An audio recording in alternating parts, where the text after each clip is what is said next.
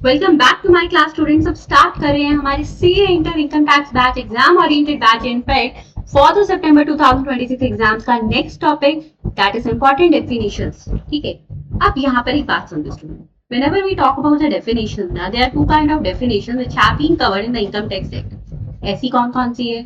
तो पहली होती है वो डेफिनेशन जो कि कवर की गई है इनकम टैक्स एक्ट में, और सेकंड होती है जिनको कवर नहीं किया गया। दोनों केसेस में क्या होगा समझते हैं। पहला तो जिसके बारे में इनकम टैक्स एक्ट में लिख दिया। अब इनकम टैक्स एक्ट का कौन सा सेक्शन नंबर है जिसके बारे में डेफिनेशन गिवन है? Section number 2।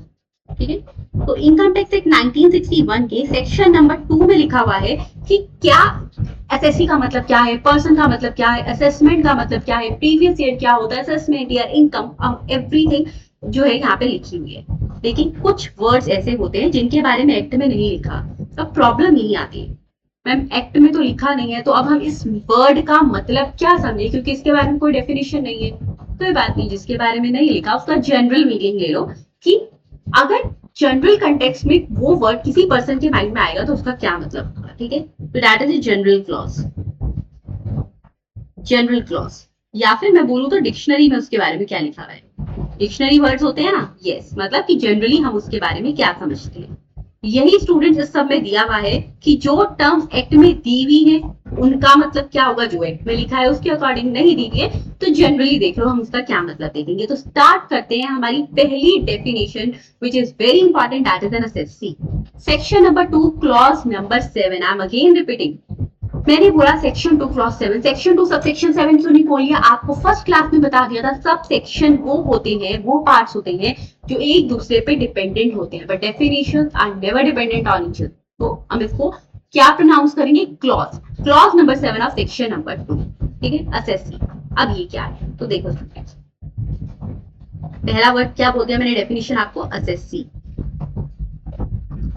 अब हर वो पर्सन, अब एक पर्सन है, ठीक है, वो पर्सन जिसके बारे में इनकम टैक्स में कोई भी प्रोसीडिंग हम ले रहे हैं ना, एनी प्रोसीडिंग, कोई भी प्रोसीडिंग हो रही है इसके लिए टैक्स से रिलेटेड, तो उसको हम बोलते हैं असेसी, यानी उसकी असेसमेंट की जाएगी। अब असेसमेंट या प्रोसीडिंग किस किस रिगार्ड्स में हो सकती है? तो पहला तो उसकी कोई इनकम है, हम वो कैलकुलेट कर रहे हैं। ठीक है, ओन इनकम। ये कौन सी इनकम है? Own income. या कई बार होता है, मैंने आपको लास्ट क्लास में ना, प्रीवियस क्लास में क्लबिंग बताई थी, जिसमें दूसरे पर्सन की इनकम को हमारी इनकम में ऐड करते हैं। तो जब वो माइनर सन की इनकम को उस फादर की इनकम में ऐड किया गया, इन दैट केस ऑल्सो किसको असेसी बोलोगे? किसके लिए असेसमेंट की जाएगी? फादर के लिए। यानी अगर दूसरे पर्सन की इनकम के लिए भी हमारी असेसमेंट होनी है तो वी आर असेसी। क्लियर? तो यहाँ पर इनकम की असेसमेंट होनी है of other person, of other person. ठीक है, जिसकी हमारे में क्लब होनी है। अच्छा, और कौन हो सकता है? अगर उस पर्सन को कोई लॉस हो गया, लॉस भी तो हो जाता है, यस। ठीक है, नेक्स्ट थिंग इज, यानी अपनी इनकम के रिगार्डिंग कोई प्रोसीडिंग है, किसी और पर्सन की इनकम जिसके लिए हम ही असेसेबल है, यानी कि क्लबिंग हो गया इसका मतलब। लॉस सस्टेन्ड है, अच्छा मैम लॉस सिर्फ अपना, अच्छा इनकम अपनी और दूसरे दोनों की, ऑब्वियसली लॉस भी दोनों का है, तो चाहे अपना लॉस हो चाहे दूसरे पर्सन का लॉस हो। ठीक है, लॉस ऑफ अदर पर्सन, उसके लिए भी हम देखेंगे। अब कई बार क्या होता है ना स्टूडेंट्स, मान लो एक पर्सन है, उसका ना एडवांस टैक्स गया हुआ है, कितना गया हुआ है? 20,000 रुपए का। बाद में उसने अपनी नेक्स्ट ईयर में टैक्स असेसमेंट करा करी, तो उसको लगा कि मेरा तो सिर्फ 15,000 का टैक्स बनता है। अब क्या होगा? क्या उसके 5,000 रुपए फॉरफिट हो गए? नहीं, उसने किसी प्राइवेट पर्सन को नहीं दिए थे जो उसका पैसा लेके बैठ जाएगा, उसने इनकम टैक्स डिपार्टमेंट को दिया है। ऐसे केसेस में 5,000 रुपए का रिफंड आ जाता है। ठीक है, एक्सेस अमाउंट दिया हुआ है तो रिफंड आ जाएगा। तो इन दैट केस अगर उसको कोई रिफंड आना है, उसके लिए भी तो प्रोसीडिंग होगी ना, उसको आईटीआर वाला फाइल करनी होगी, तो उस रिफंड के लिए भी उसको असेसी माना जाएगा। क्लियर? पहला पार्ट तो ये है। सेकेंड, कई बार असेसी जो है ना वो डीम्ड असेसी होता है, मतलब वो असेसी है नहीं, लेकिन किसी एक्ट के अकॉर्डिंग उसको असेसी मान लिया जाएगा। मैंने बोला he is not an assessee, लेकिन इनकम टैक्स के एक्ट के अकॉर्डिंग उसको असेसी मान रहे हैं। ठीक है, कोई भी ऐसा प्रोविजन हो सकता है, आगे हाउस प्रॉपर्टी वगैरह में देखेंगे कैसे होता है। तो इन दैट केस जो डीम्ड असेसी है उसको भी यहाँ पर असेसी कंसिडर किया जाएगा, डीम्ड असेसी। अब अगर डीम्ड एसएससी मान रहे हो तो ऐसा भी तो हो सकता है कोई पर्सन ऐसा हो जिसने खुद ने कोई गलती नहीं की, लेकिन किसी और पर्सन की वजह से उसको ही गलत मानेंगे इनकम टैक्स एक्ट में कि तुमने गलत किया है, तुमको फाइन भरना पड़ेगा। यानी एसएससी इन डिफॉल्ट, खुद की गलती तो इन डिफॉल्ट, दूसरे की गलती के लिए मान रहे हो तो deem to be an SSC in default. Deem मतलब होता है मानना, सपोज करना। तो every person who is deem to be an SSC हो गया। नेक्स्ट स्टूडेंट्स हमारे पास आता है deem to be an SSC in default. वो है नहीं, उसने गलती नहीं करती, बट दूसरे पर्सन के लिए भी उसको ही एसएससी इन डिफॉल्ट मानेंगे। Deemed to be an SSC in default. समझ आ गया? एसएससी के बारे में लिखना आएगा तो पहली बात तो ये प्रोसीडिंग वाला केस आ जाएगा, second deem to be an SSC, third deem to be an SSC in default. उसके बाद next very very important point, इसका मतलब एक बात समझो। मैंने आपको ना प्रीवियस क्लास में पर्सन का मतलब बताया था, थोड़ा सा ही बताया था, ठीक है, कि भाई कोई कंपनी, अब मान लो यहाँ पर ये एक पर्सन है मिस्टर आरके, ठीक है। ये जो आरके है ना स्टूडेंट्स, इसकी इनकम कितनी है भाई? इसकी इनकम सिर्फ 10 रुपए की थी। तो क्या उसको टैक्स पे करने की जरूरत है? नहीं, ना वो डीम्ड एसएससी है, कुछ नहीं है। यानी वो पर्सन तो है, लेकिन क्योंकि उस पर कोई प्रोसीडिंग ही नहीं होनी, तो क्या वो एसएससी है? नहीं, वो एसएससी नहीं। इसका मतलब जरूरी नहीं है कि हर पर्सन एसएससी बने, लेकिन अगर कभी भी कोई पर्सन एसएससी है तो ऑब्वियसली एसएससी वही होगा ना जो पर्सन होगा। कुछ होगा तो एसएससी बनेगा, अदरवाइज आप ये तो नहीं कह सकते ना कि आपने सिर्फ एक मान लिया, इमेजिनेशन ले ली कि हाँ एक बंदा वहां पे खड़ा है, कोई कंपनी वहां पर है और हम उसको टैक्स लगा देंगे। नहीं ना, वो एक्चुअल में एग्जिस्ट कर रही होगी। इट मीन्स यहाँ पर मैंने बोला कि जरूरी नहीं है that everything, जरूरी नहीं है कि हर पर्सन एसएससी बने, हाँ, but every SSC would be a person for sure. ठीक है, लिख लो यहाँ पे। तो अगर कोई पर्सन एसएससी है तो वो पर्सन भी होगा। अगर कोई बंदा से अगर कोई एसएससी है तो वो पर्सन जरूर होगा, लेकिन अगर कोई पर्सन है ना तो जरूरी नहीं है कि वो एसएससी भी होगा। It is not necessary. हो सकता है एसएससी ना हो, जैसे कि आज की उसकी कोई टैक्स प्रोसीडिंग ही नहीं बन रही थी तो वो एसएससी नहीं है। ये था हमारे पास section number 2 clause number 7। Second आता है सेक्शन नंबर 2 का क्लॉज नंबर 8, जिसके बारे में है असेसमेंट। मैम क्या इन सबके सेक्शन नंबर याद करने? नहीं, मैं क्या करूंगी ना आपको, हम देखो थोड़ा सा ना स्मार्ट मूव जब तक नहीं करोगे तो तब तक आप अच्छे से मार्क्स कैसे लोगे? ऐसे तो इसमें इतने सारे सेक्शंस हैं, सब सेक्शंस हैं, सब क्लॉजेस हैं, काफी आपको कह देंगे सारा याद कर लो। We are not the chat GPT और द जेमिनाई जो हम सारा का सारा मेमोराइज कर ले, नहीं हो पाएगा ना, एआई नहीं है, ह्यूमन बीइंग है। हमको प्रैक्टिकली देखना होगा कि जो सेक्शंस जो जल्दी जल्दी एग्जाम में रिपीट हो रहे हैं या हमको पता है इंपॉर्टेंट है, वो एमटीपीज में आरटीपीज में रिपीट है, उनको याद करो। अदरवाइज सिर्फ मतलब समझ।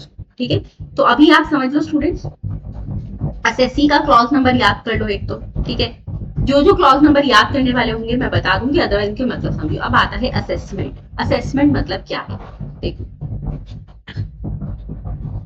देखो यहाँ पे असेसमेंट क्या होता है। ठीक है, नेक्स्ट हमारा टॉपिक है असेसमेंट। असेसमेंट मतलब है वो प्रोसीजर जिसके थ्रू हम एक पर्सन की इनकम जो है वो कैलकुलेट करते हैं। फॉर एग्जाम्पल हमने देखा कि अच्छा ठीक है, एक प्रोसीजर ही तो हुआ ना जिसमें हमें स्टेप वाइज देखना है कि पर्सन रेजिडेंट है या नहीं है, इसकी इनकम कौन सी कैटेगरी में आती है। अगर हाउस प्रॉपर्टी में इनकम है तो इसको 30% का फ्लैट डिडक्शन दे दो, स्टैंडर्ड डिडक्शन दे दो। उसके बाद ये देखो क्या इसने और कोई खर्चा किया है। सैलरी है तो इसको कौन कौन से प्रोविजंस लग रहे हैं। इस सब प्रोसीजर को कहते हैं हम असेसमेंट करना, दैट इज कैलकुलेशन करना कि इसका कितना टैक्स बैठेगा। तो this is the procedure by which the income of N assessee is determined. तो ऐसा procedure through which income of assessee is determined. Income of assessee is determined.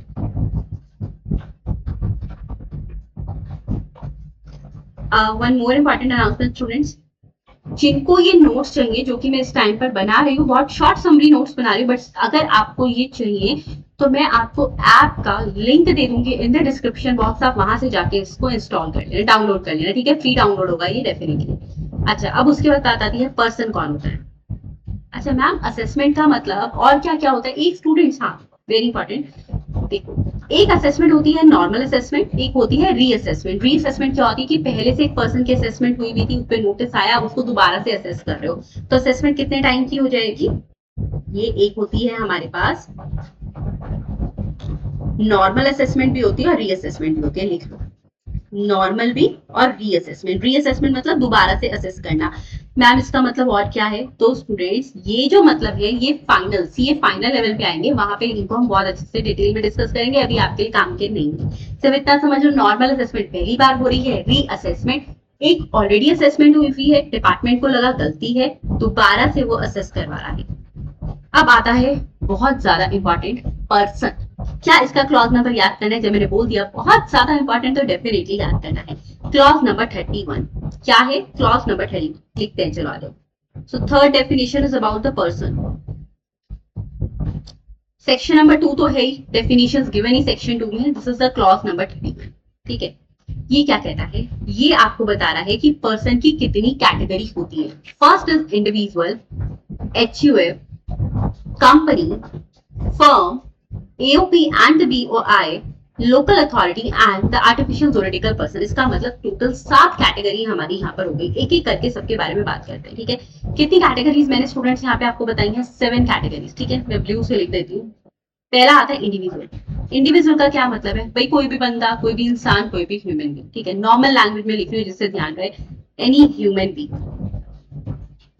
अब वो माइनर भी हो सकता है, मेजर भी हो सकता है, कोई भी पर्सन हो सकता है, मेल फीमेल कोई भी है। ठीक है, चाइल्ड है, कुछ भी, एवरी जो जितने भी ह्यूमन बीइंग है वो यहाँ पे कवर हो जाएंगे। क्लियर? सेकेंड कैटेगरी हमारे पास आती है students the that is HUF। अब मैम ये HUF क्या होता है? HUF का मतलब है Hindu undivided family. Hindu undivided family clear है? अब ये HUF क्या है देखो। देखो अब ये हिंदू अनडिवाइडेड फैमिली है क्या, इसको ना ब्रीफ में समझ लेते हैं एक बार। मैंने आपको पहले ही बोला this is an exam oriented batch, तो मैं ना इसको आपको उतना बता रही हूँ जितना एग्जाम के लिए रेलेवेंट है। ओके, इसका मतलब एक तो एक्ट में इसके बारे में कुछ गिवन नहीं है। ऐसा नहीं है कि HUF की डेफिनेशन एक्ट में गिवन है, नहीं। तो नॉर्मली देखते हैं क्या होता है। देखो क्या है, जो भी हेड ऑफ द फैमिली है, जो भी हिंदू फैमिली का हेड ऑफ फैमिली है, उसको यहाँ पे मान लिया जाता है कर्ता। अब उसके आगे जितने भी लीनियर डिसेंडेंट है, ठीक है, लीनियर डिसेंडेंट है, इनका क्या मतलब हुआ? मतलब जो भी आगे उसके सन है, डॉटर्स है, उन सबको मिला के एक पर्सन है, उसके आगे उसकी वाइफ, सन, डॉटर जो भी है, सबको मिला के जितने भी पर्सन उस फैमिली में है, उन सबको मान लिया जाता है जॉइंटली हिंदू अनडिवाइडेड फैमिली। उसमें फैमिली को मान लिया हिंदू अनडिवाइडेड फैमिली। ठीक है, अब बात आती है कि क्या यहाँ पर सिर्फ और सिर्फ सन इंक्लूड होंगे या डॉटर्स इंक्लूड होंगी? देखो 6 सितंबर 2005 से पहले सिर्फ और सिर्फ उसमें मेल मेंबर्स होते थे, लेकिन आफ्टर दैट फीमेल मेंबर्स भी यानी डॉटर्स भी इसमें इंक्लूड होती है। पहले सिर्फ सन इंक्लूड थे और डॉटर्स भी इंक्लूड है। अब बात आई कौन कौन इंक्लूड होगा, तो भाई सन, डॉटर सब इसमें इंक्लूड होंगे, और जो हेड ऑफ द फैमिली होगा उसको हम बोलेंगे कर्ता। ठीक है, अब यहाँ पर बात है, the next important thing is क्या इनके लिए कोई लीगल कॉन्ट्रैक्ट होता है कि आपको कोई कॉन्ट्रैक्ट बनवाना पड़ेगा जैसे कंपनी के केस में होता है? नहीं। जैसे ही किसी भी पर्सन का उस फैमिली में बर्थ होता है, वो ऑटोमेटिकली जो है इस HUF का मेंबर बन जाता है। अब HUF के मेंबर को बोलते क्या है? इसको बोलते हैं को पार्टनर। क्या बोलते हैं? को पार्टनर। अब कई स्टूडेंट्स गलती से इसको पार्टनर लिख देते हैं, this is not the partner, this is the को पार्टनर। ठीक है, that is PARCENER. So this is not the T, this is the C, partner. Clear है? चलो ठीक है। अब now the next thing is, यहाँ पर इंपॉर्टेंट बात आती है कि as per income tax act, income tax में इसके लिए कोई डेफिनेशन नहीं गिवन है हिंदू अनडिवाइडेड फैमिली की, लेकिन इनकम टैक्स एक्ट ने एक बात क्लियर कर दी। क्या क्लियर करा है? As per income tax act HUF में 2 फैमिलीज और इंक्लूड होंगी। HUF ऑल्सो इंक्लूड्स, कौन कौन इंक्लूड होगा यहाँ पे स्टूडेंट? एक तो जितनी भी जैन फैमिलीज हैं, ठीक है, जैन फैमिलीज भी इसमें इंक्लूड होंगे, साथ ही साथ सिख फैमिलीज। ठीक है, तो जैन फैमिलीज भी और सिख फैमिलीज भी, they are also consider as HUF, that is a Hindu undivided family. Clear? ये सब कुछ वही लिखा हुआ है जो मैंने आपको बताया है। यहाँ से देख लो, जैन अनडिवाइडेड फैमिलीज जो है और सिख अनडिवाइडेड फैमिलीज है, उनको भी हम यहाँ पर HUF की तरह मानेंगे। अब बात आती है मैम क्या ये एक लीगल एंटिटी है जो कि टैक्सेबल होती है? यस, ये एक लीगल एंटिटी है जिसको अलग से टैक्स लगाया जाता है। तो ये इन पे जो भी अर्न कर रहे हैं उस पर टैक्स लगाया जाता है। इनफैक्ट आपको एक बात बोलूं, जब हम टैक्स प्लानिंग करते हैं ना, तो मोस्ट ऑफ द फैमिलीज क्या करती हैं, वो एक HUF बना ले, HUF उनका बन गया, वो उसका पैन कार्ड ले लेती हैं और उसके नाम पर कोई बिजनेस, कोई रेंटल प्रॉपर्टी वगैरह कर देती है, जिससे उनकी इनकम वहां चली जाए, डिवाइड हो जाए और उनको टैक्स कम पे आउट करना पड़े। ठीक है, ये लीगल टैक्स प्लानिंग है मैं कहूँ तो। उसके बाद स्टूडेंट, इसकी ना इसकी दो सोच है। एक होता है दया बागा स्कूल, एक है मिताक्षरा स्कूल। वो देखो क्या, ये कोई सच का स्कूल नहीं है, these are the school of the law, यानी दो लॉ इसके बारे में चलते हैं जो एज पर द स्टेट्स है। तो वो देखते हैं कि यहाँ पर इसके कौन से दो लॉज हैं। ठीक है, schools of, in fact I can say these are the, ये यहाँ पे बुक में भी दिया हुआ है, स्कूल ऑफ हिंदू लॉ। ठीक है, लिखो यहाँ पे स्कूल्स ऑफ हिंदू लॉ। जो साथ साथ लिख रहा है वेरी गुड, जो नहीं लिख पा रहा डोंट वरी, आप इसको डाउनलोड कर लेना नोट्स को, जो मैं भी आपको लिख पा रही हूँ। दो यहाँ पे ना स्टूडेंट, इसका मतलब दो यहाँ पे इसके थॉट प्रोसेस है। एक है दया बागा, दया बागा, सेकेंड है मिताक्षरा, सेकेंड है मिताक्षरा। अब ये जो दया बागा है ये कहाँ पे लगता है और मिताक्षरा कहाँ पे लग रहा है, देखो। ठीक है, मेरे पास यहाँ स्पेस कम था तो मैं अब इसको D और M करके लिख रही हूँ, आपके नोट्स में पूरा लिख लेना दया बागा और मिताक्षरा। स्टूडेंट, दया बागा जो लगता है, it is applicable, it prevails just only in 2 states, एक तो वेस्ट बंगाल में और एक असम में, कि इसके अलावा ये कहीं नहीं लगता, वेस्ट बंगाल और असम। तो फिर बाकी सब जगह क्या लगता है, बाकी जगह स्टूडेंट्स लगता है मिताक्षरा। ठीक है, रेस्ट ऑफ इंडिया में। तो ऐसा इस दया बागा में है क्या जो सिर्फ और सिर्फ वेस्ट बंगाल और असम में लग रहा है? ये कहते हैं कि until the head of the family is living ना, उसके जो आगे चिल्ड्रन है उनको प्रॉपर्टी में, मतलब उनको HUF में कोई राइट नहीं मिलता। सो आई कैन से जो फादर है उसके ब्रदर है, बस वही वहां पे को पार्टनर बन के रहते हैं। ठीक है, until the person is living, उसके बाद जो है उन चिल्ड्रन को वहां पे राइट मिलता है। ठीक है, सो यहाँ पे ये क्या कह रहा है कि उसको राइट सिर्फ कब मिलेगा, राइट एक्वायर्स, या ऐसे करके लिख लो, इसकी ना मैं आपको एग्जैक्ट लैंग्वेज ही लिखवा देती हूँ। So nobody acquires a right share in the property as birth as long as the head of the family is living, यही लाइन लिख लो आप। ठीक है, तो राइट नहीं मिलता उसको as long as the head of the family is living.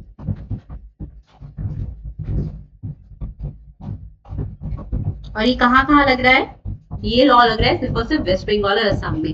लेकिन क्या यहाँ पर ऐसा है? नहीं, यहाँ पर बाय बर्थ ही राइट मिल जाता है। जैसे ही एक पर्सन का उस फैमिली में बर्थ हुआ, उसको साथ ही साथ उसमें HUF में राइट मिल जाता है, अधिकार मिल जाता है उस प्रॉपर्टीज में। ठीक है, तो उसको राइट मिल जाता है।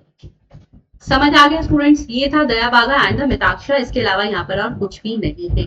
अब बात आती है हमारी नेक्स्ट। देखो, हमने यहाँ पे सबसे पहले बात करी इंडिविजुअल के बारे में। आई होप इंडिविजुअल आपको समझ आ गया क्या होता है। Then we have talked about the HUF की हिंदू अनडिवाइडेड फैमिली क्या है। Third category of person is company. Company क्या होती है भाई? जो as per the companies act register हुई हुई हो, बस इतना समझ लेना। ठीक है, which is registered as per the companies act. बहुत चीजें यहाँ पर लिखी हुई हैं हमारे पास बुक में, but there is no need to read that. Already हमने कंपनीज एक्ट में इतना कुछ पढ़ा होता है that we know that what are the companies. ठीक है, registered as per companies act.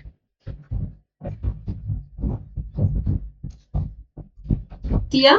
चलो, तो मैं सारा का सारा आपको कर रही हूँ, आप यहाँ से इनफैक्ट पढ़ने की भी जरूरत नहीं कि डोमेस्टिक कंपनी क्या है, फॉरेन कंपनी क्या है और ये सब चीजें, because we have already covered that in the company law. Clear? ये सब कुछ कंपनीज के बारे में दिया हुआ है। Next is firm contract. अब फर्म स्टूडेंट दो तरीके की है।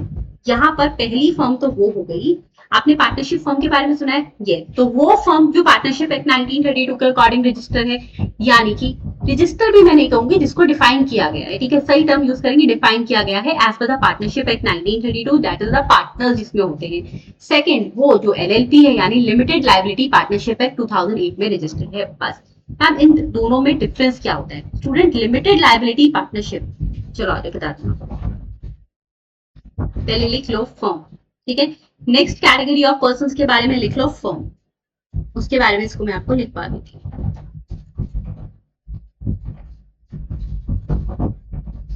ठीक है, क्या पढ़ा हमने यहाँ पे? फर्म। फर्म क्या होती है स्टूडेंट्स? फर्म ना दो कैटेगरी की है। एक तो वो फर्म हो गई जो कि डिफाइन है as per the partnership act 1932,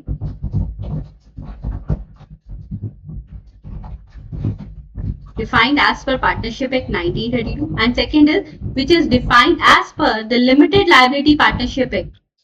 Limited Liability, अच्छा मैम इसका एक्ट नंबर कौन सा है? ये ईयर था स्टूडेंट, ईयर 2008। कौन सा है? ईयर 2008 लिख लो।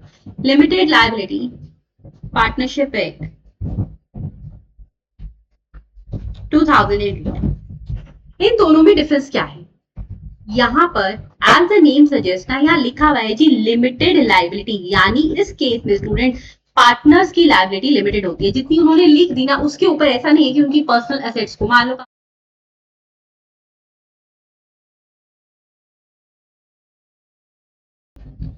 स्टूडेंट्स को दिक्कत आई थी, ठीक है, स्क्रीन दोबारा विजिबल हो गई हो, देखो पार्टनर्स की लायबिलिटी लिमिटेड होती है, पार्टनर्स की लायबिलिटी लिमिटेड होती है। What does it mean? मान लो फर्म को कोई लॉस हुआ, ठीक है, 10 करोड़ का लॉस हो गया, तो वो ये नहीं कह सकते पार्टनर्स के घर की असेट्स यानी पार्टनर्स की पर्सनल असेट्स को यहाँ पर अटैच करके उनसे पैसा वसूलो, नहीं। इनफैक्ट अगर कभी आपको किसी में पार्टनर बनना है तो limited liability was better option. Clear? Limited liability will be a better option. चलो नेक्स्ट होता है एसोसिएशन ऑफ पर्सन। इसको अच्छे से समझो कि ये क्या है। Next category of the person is association of person, AOP जिसको हम कहते हैं। अब ये क्या है लिख लो यहाँ पे, एसोसिएशन ऑफ पर्संस।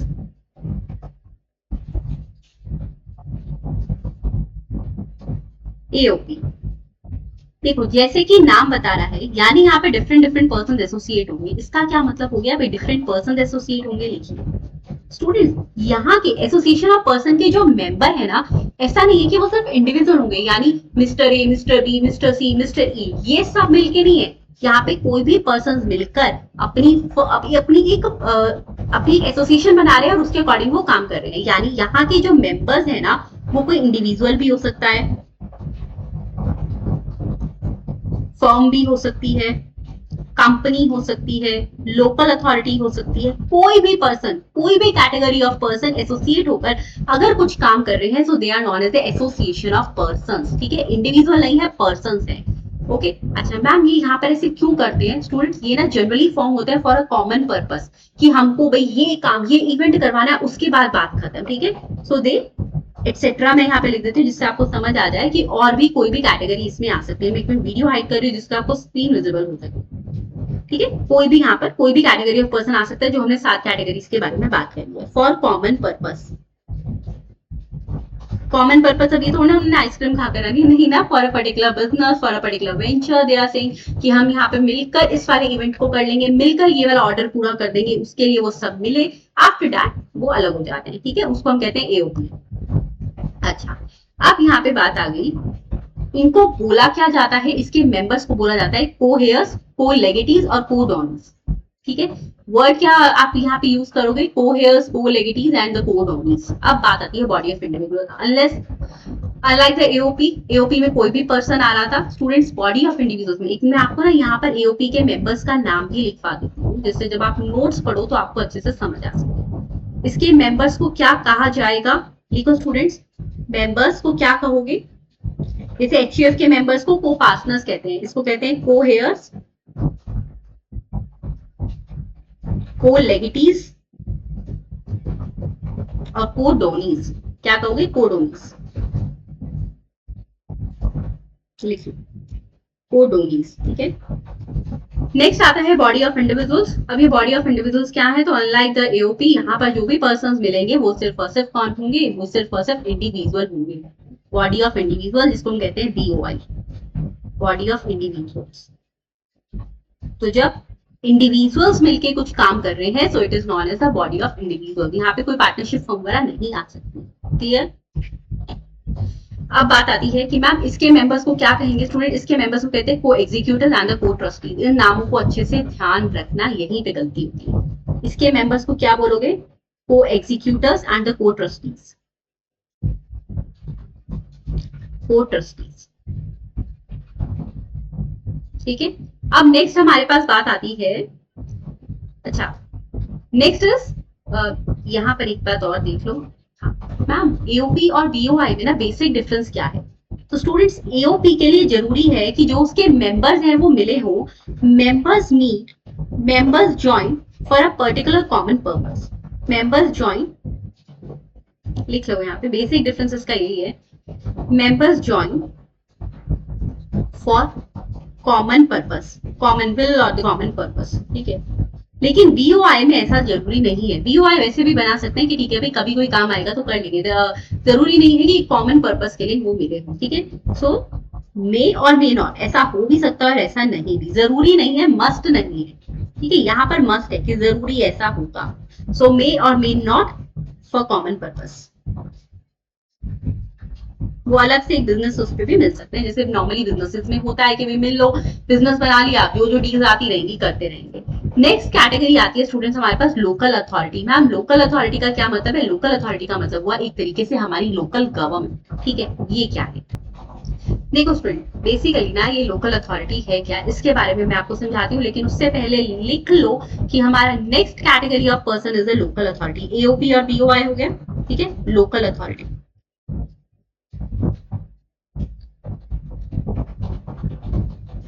अब ये क्या है लिखिए। Student it basically means local government, ठीक है। जो भी हमारी म्यूनिसिपल कमेटी होती है, डिस्ट्रिक्ट कमेटी होती है, ये उसके बारे में, पोर्ट कमिश्नर हो गए, यानी जो लोकल लेवल पर सारा काम देख रहे हैं, ठीक है। तो इसको नॉर्मल लैंग्वेज में लिख दो तो लोकल गवर्नमेंट। एग्जाम में ये नहीं लिखना, एग्जाम में आप वही लिखोगे कि जो हमारी पोर्ट कमिश्नर हो गए, म्यूनिसिपल कमेटी हो गई, वो सब। अब बात आती है मैम लोकल गवर्नमेंट का काम क्या हुआ। अब इन्होंने क्या कहा स्टूडेंट कि अगर वो कोई भी बिजनेस कर रहे हैं, ठीक है, उस बिजनेस से उनको कोई भी इनकम हो रही है। अब वो बिजनेस की इनकम ना दो तरीके की हो सकती है। एक तो कि वो जो बिजनेस कर रहे हैं, जो उनको इनकम हो रही है, वो बिजनेस उनके ओन जुरिडिक्शनल एरिया में हो, यानी उनको ऐसा कहा गया हो कि भाई आप अपने पर्संस के लिए ये काम कर दो, ठीक है।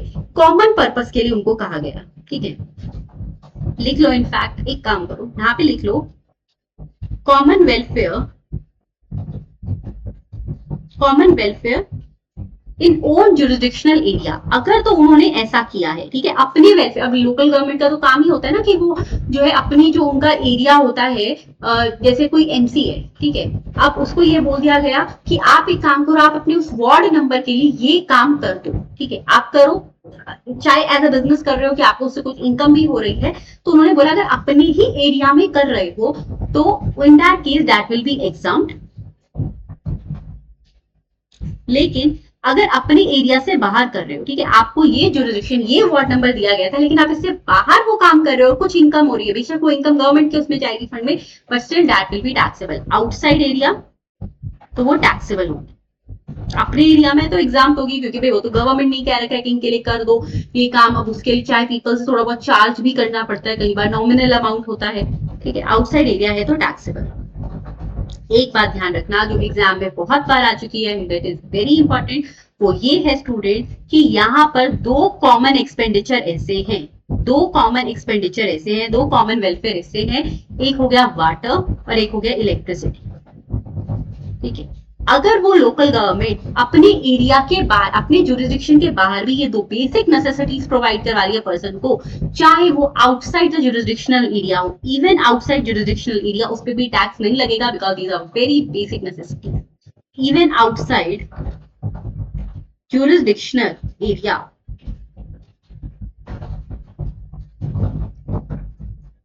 ठीक है, एग्जाम, वो even in that case that will be exempt. I hope सबको क्लियर हो गया कि लोकल अथॉरिटी क्या होती है स्टूडेंट्स, ठीक है। देखिए लिखा हुआ भी है, however income arising from the supply of water and electricity even outside the local authority own jurisdictional area is exempt from tax। Clear है? चलो ठीक है। उसके बाद बात आती है, अच्छा हमने ना ये सारा एक ही एरिया में कर दिया है, तो चाहे आप यहाँ पे क्या करो, इस लाइन को रहने के बस एक बिजनेस वाले पॉइंट पे मैंने आपको सारा समझा दिया, वहीं से समझ लो। Next category that is the last but not the least category of the person is seventh category, artificial juridical person. Artificial juridical person ये क्या है अच्छे से समझ लो, क्योंकि काफी सारे स्टूडेंट्स इसमें कंफ्यूज हो जाते हैं, ठीक है। देखो students, artificial juridical person basically क्या होते हैं ना, they are not the natural person.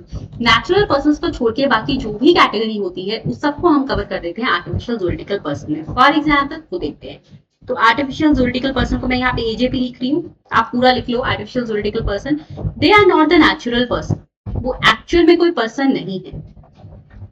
So this is the residual category, की बाकी जो भी रह गया उन सबको यहाँ पे कवर कर दो। रेजिडुअल कैटेगरी है। एग्जाम्पल क्या हो गया, ठीक है, एग्जाम्पल जैसे कि डीटीज। अब ये क्या मतलब हुआ, तो देखो स्टूडेंट्स क्या होता है ना, एक मिनट यहाँ पे ना DEI कर लो, ठीक है, मैंने गलती से DIE लिख दिया, that is DEITIES।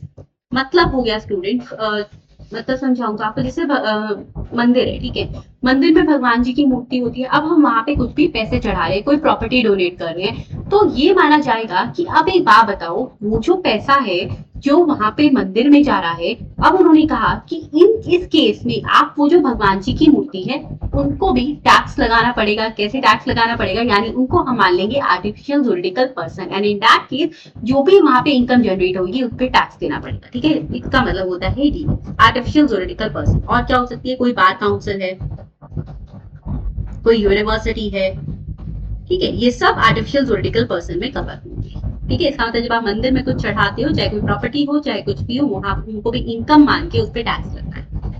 Okay, next हमारी डेफिनेशन आती है इनकम की। अब इनकम की डेफिनेशन के लिए मैं सिर्फ एक बात कहूंगी, वो क्या है।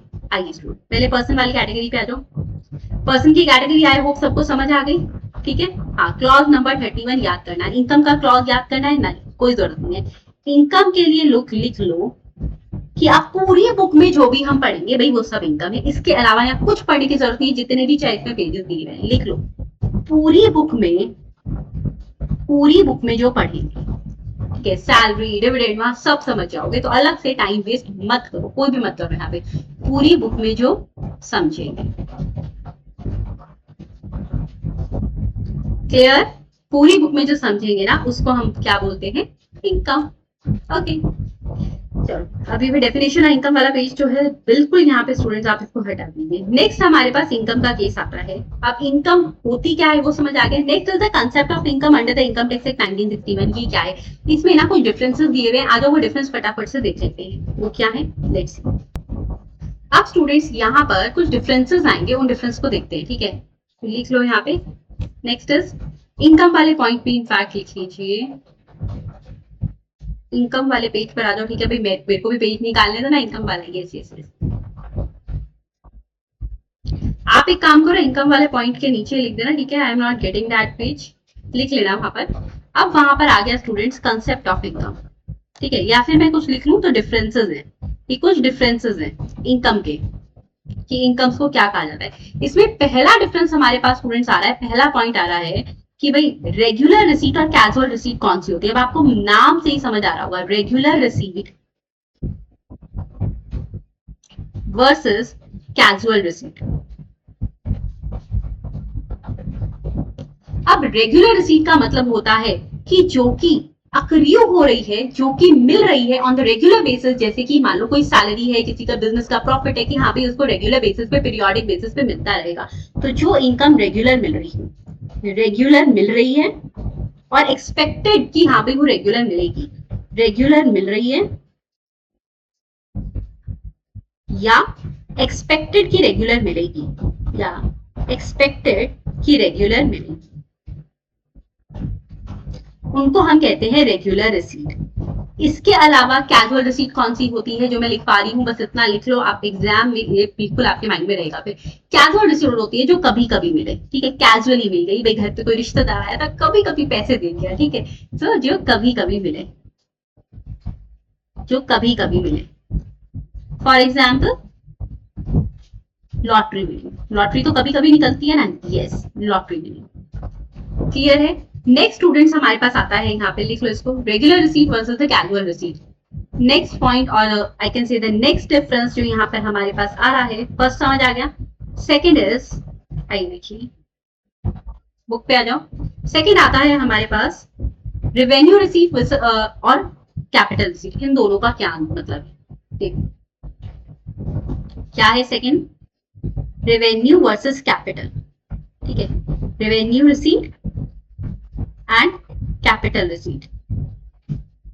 स्टूडेंट रेवेन्यू रिसीट का क्या मतलब होता है। अब आप कहोगे मैम हमने ना उसमें पढ़ा था अकाउंट्स में, प्रॉफिट एंड लॉस अकाउंट में तो खाली खाली रेवेन्यू वाली आइटम्स आती है, कैपिटल वाली कौन आती है, वो तो बैलेंस शीट में जाती है, वो अकाउंट्स के लिए है। लेकिन इनकम टैक्स के लिए दोनों ही रिसीट्स को हम यहाँ पर इंक्लूड करेंगे। तो ध्यान से मेरी बात सुन लो, अकाउंट में सिर्फ हम P&L में रेवेन्यू डालते हैं, कैपिटल रिसीट्स नहीं डालते, वो बैलेंस शीट में आती है। तो हम नॉर्मली इनकम हमारी रेवेन्यू इनकम मानते हैं, लेकिन इनकम टैक्स एक्ट में दोनों को मानोगे, पैसा आया है तो इंक्लूड करोगे, टैक्स देना होगा।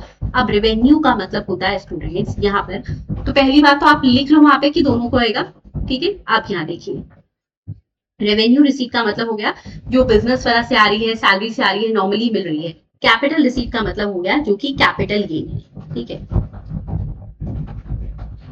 इसको भी इंक्लूड करेंगे और इसको भी इंक्लूड करेंगे, both will be included in the case of income, ठीक है।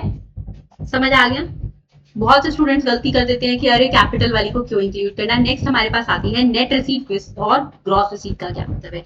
आई होप ये तो सब मतलब नाम से ही समझ गए, फिर भी लिख लेते हैं। नेट रिसीट मतलब होता है स्टूडेंट, जो भी हमारी ग्रॉस रिसीट है उसमें से जितने भी एक्सपेंसेस डिडक्शन सबको माइनस करने के बाद जो मिलता है वो होता है नेट रिसीट। और ग्रॉस का मतलब हो गया कंप्लीट, जो अमाउंट मिल रहा है, ठीक है, कंप्लीट अमाउंट जो रिसीव हो रहा है। ग्रॉस रिसीट का मतलब हो गया जो कंप्लीट अमाउंट हमें मिल रहा है, जो कंप्लीट अमाउंट मिल रहा है। उसके बाद उसमें से एक्सपेंसेस डिडक्शंस वगैरह माइनस करने के बाद नेट आता है, और यहाँ पर कंप्लीट जो होता है ग्रॉस होता है। अब आता है ड्यू बेसिस और रिसीट बेसिस का क्या मतलब है। देखो स्टूडेंट, ड्यू बेसिस का क्या मतलब है और रिसीट का क्या मतलब है। मैम क्या दोनों पे टैक्स लगेगा, इनकम ड्यू हो गई तो भी टैक्स लगेगा या खाली रिसीट मिलने पे टैक्स लगेगा। देखिए देखो यहाँ पर क्या है, पहली बात तो ये ड्यू और रिसीट का मतलब क्या हो गया। ड्यू का मतलब क्या है, मान लो एक चिंतामणि एम्प्लॉय है, ठीक है। चिंतामणि ना 1 अप्रैल से लेकर 1 अप्रैल 2026 से लेकर उसने स्टूडेंट 30 अप्रैल तक काम किया। अब 30 तारीख को क्योंकि उसने पूरा महीना काम कर लिया ना, उसकी सैलरी ड्यू हो गई। लेकिन क्या वो सैलरी उसको मिलेगी, सैलरी उसको तब मिलेगी मैम, सैलरी तो नॉर्मली जो नेक्स्ट मंथ होता है उसकी 7 तारीख तक मिलती है, यानी मैं कह दूं कि 7 मई को उसको रिसीव हुई। तो अब हमें ये देखना है कि इनकम ड्यू बेसिस पे इंक्लूड करनी है या रिसीट बेसिस पे करनी है। समझ आया कि ड्यू बेसिस क्या होता है, रिसीट बेसिस क्या होता है। लिखो स्टूडेंट्स यहाँ पे 4th पॉइंट आ गया, ड्यू और रिसीट, ठीक है। ड्यू और रिसीट का मतलब समझ आ गया, यस। अब कब कौन सा इंक्लूड करना है, देखो अगर तो केस आ रहा है पीजीबीपी का या फिर इनकम फ्रॉम अदर सोर्सेज का, सो इन दैट केस स्टूडेंट जो भी हम नॉर्मली जिस वे से हम हमारी अकाउंटिंग कर रहे हैं ना, वही आप यहाँ पर ऐड कर लो, ठीक है। तो नॉर्मल अकाउंटिंग जो कर रहे हैं, अगर वो ड्यू बेसिस पे नॉर्मल अकाउंटिंग हो रही है वैसे कर लीजिए, अदरवाइज जो है मतलब अदरवाइज रिसीट पे करो। फिर आता है कुछ केसेस ऐसे हैं, जैसे कि कुछ केसेस स्टूडेंट ऐसे होते हैं जो सिर्फ और सिर्फ रिसीट बेसिस पे लेने होते हैं, ओनली रिसीट बेसिस। ऐसा मैम कौन सा है, हम आगे पढ़ेंगे स्टूडेंट। किसी को भी अगर कंपनसेशन मिल रहा है ना, तो उस कंपनसेशन के केस में बोला जाता है, मान लो किसी की लैंड एक्वायर कर ली या कुछ भी है, तो कंपनसेशन के केस में कहते हैं कि जब मिलेगा सिर्फ तब उसको इनकम मानेंगे, उससे पहले नहीं। ऐसे जो भी एग्जांपल्स है आगे जो है चैप्टर्स में कवर भी हो जाएंगे, ठीक है। नेक्स्ट आता है application of income versus diversion of income. It is very very important. आइए समझ, देखो स्टूडेंट्स, एप्लीकेशन ऑफ इनकम और डाइवर्जन ऑफ इनकम का मतलब क्या हुआ, आइए समझते हैं। आगे 5th point is of the concept of income, application of income, application versus diversion। I guess पहले मैं एप्लीकेशन समझा रही हूँ फिर आपको डाइवर्जन समझा रही हूँ, ठीक है। एप्लीकेशन का मतलब क्या हुआ कि मान लो ये चिंतामणि है, क्या एप्लीकेशन समझ गए। अब स्टूडेंट्स इन दिस केस ना चिंतामणि को उसकी इनकम मिल गई, ठीक है। पहले इनकम मिल गई, पहले first he receive the income, पहले इनकम मिली, उसके बाद उसने उस इनकम को किसी और को दे दिया, ठीक है। उसके बाद आफ्टर दैट उसने इनकम किसी और को दे दी, यूज कर दी, कुछ भी कर दी। After that he use that income, use और give that income to someone else, give that income to someone else, to someone else, ठीक है। अब मुझे एक बात बताओ, पहले जब उसको इनकम मिल गई तो वो इनकम उसकी हो गई, अब उसकी मर्जी भाई वो उस इनकम का क्या करे। तो क्या यहाँ पर इस इनकम पे टैक्स लगना चाहिए, डेफिनेटली ये टैक्सेबल होगी चिंतामणि के हाथ में, क्योंकि एक बार उसने इनकम ले ली उसके बाद वो उसका कुछ मर्जी करे, चाहे वो उसके साथ पार्टीज करे, चाहे वो किसी को दे दे, वो उसकी मर्जी, टैक्स लगेगा। लेकिन in case of diversion of income क्या होता है समझो, फ्रेंड डाइवर्जन क्या है कि इन दैट केस ये जो चिंतामणि है ना, इसको इनकम मिलेगी ही नहीं, इनकम मिली ही नहीं, इनकम मिली ही नहीं। तो मैम क्या हुआ, अरे मिलने से पहले यहाँ पे स्टूडेंट्स किसी और को दे दी, ठीक है, मिलने से पहले इनकम किसी और को डाइवर्ट कर दो, ठीक है, इनकम अभी उसके हाथों में ही नहीं आई, ठीक है, उसके अकाउंट में उसके पास आया ही नहीं है, इनकम मिलने से पहले इनकम डाइवर्ट हो गई, ठीक है, किसी और को दे दी, डाइवर्ट मतलब किसी और को दे दी। और ये एग्जाम का ना फेवरेट टॉपिक है, ये भी ध्यान रखना, किसी और को दी। अब ऐसा कब होगा कि उसको इनकम मिली नहीं है, वो इनकम उसने किसी और को दे दी, आओ समझाती हूँ। देखो स्टूडेंट्स क्या होता है, फॉर एग्जाम्पल ना कोर्ट केस चल रहा था, अब कोर्ट केस में कोर्ट ने ये कह दिया कि चिंतामणि सुनो, तुम्हारी जो इनकम है उसको सैलरी है ना, उसका 30% तुम्हारी वाइफ को दिया जाएगा, तो सैलरी उसके अकाउंट में आएगी नहीं, 30% डायरेक्ट उसकी वाइफ को जाएगी, ठीक है। एग्जाम्पल कोर्ट केस चल रहा है, अब कोर्ट केस में कह दिया कि भाई चिंतामणि तुम्हारी जो 30% सैलरी है, 30% सैलरी तुम्हारी वाइफ को जाएगी, ठीक है। अब वो उसको मिलेगी नहीं ना, उससे पहले उसकी वाइफ के पास वो सैलरी चली जाएगी, so that is a diversion of income, जब उसके हाथों में ही नहीं आई, ठीक है, उसको मिली ही नहीं, मिली ही नहीं। अब क्या आपको लगता है ऐसे केस में उसको टैक्स लगना चाहिए? नहीं, तो ये इनकम जो है वो टैक्सेबल नहीं होती, डाइवर्जन अगर हुई है तो टैक्सेबल नहीं होगी, एप्लीकेशन हुआ इनकम का तो वो टैक्सेबल होगी। अब कई बार क्या होता है कि मान लो इसको ये बोल दिया कि चिंतामणि सुनो, उसके पास टोटल सैलरी आ रही थी 1 लाख रुपए, ठीक है, इसकी सैलरी है, ध्यान से समझो स्टूडेंट्स, 1 लाख रुपए की। अब क्या होगा यहाँ पे, 70,000 चिंतामणि की कैश देता था, उसने कहा भाई देखो मैं तुम्हें पूरे 1 लाख रुपए दे रहा हूँ, 70,000 तुम्हारे हो गए, 30,000 तुम्हारी वाइफ के। वो ये थोड़ा कह रहा है एम्प्लॉयर तुम अपनी वाइफ को बुला के लाना, मैं 30,000 रुपए उसको दूंगा, ऐसा नहीं होगा, उसने दे दिया।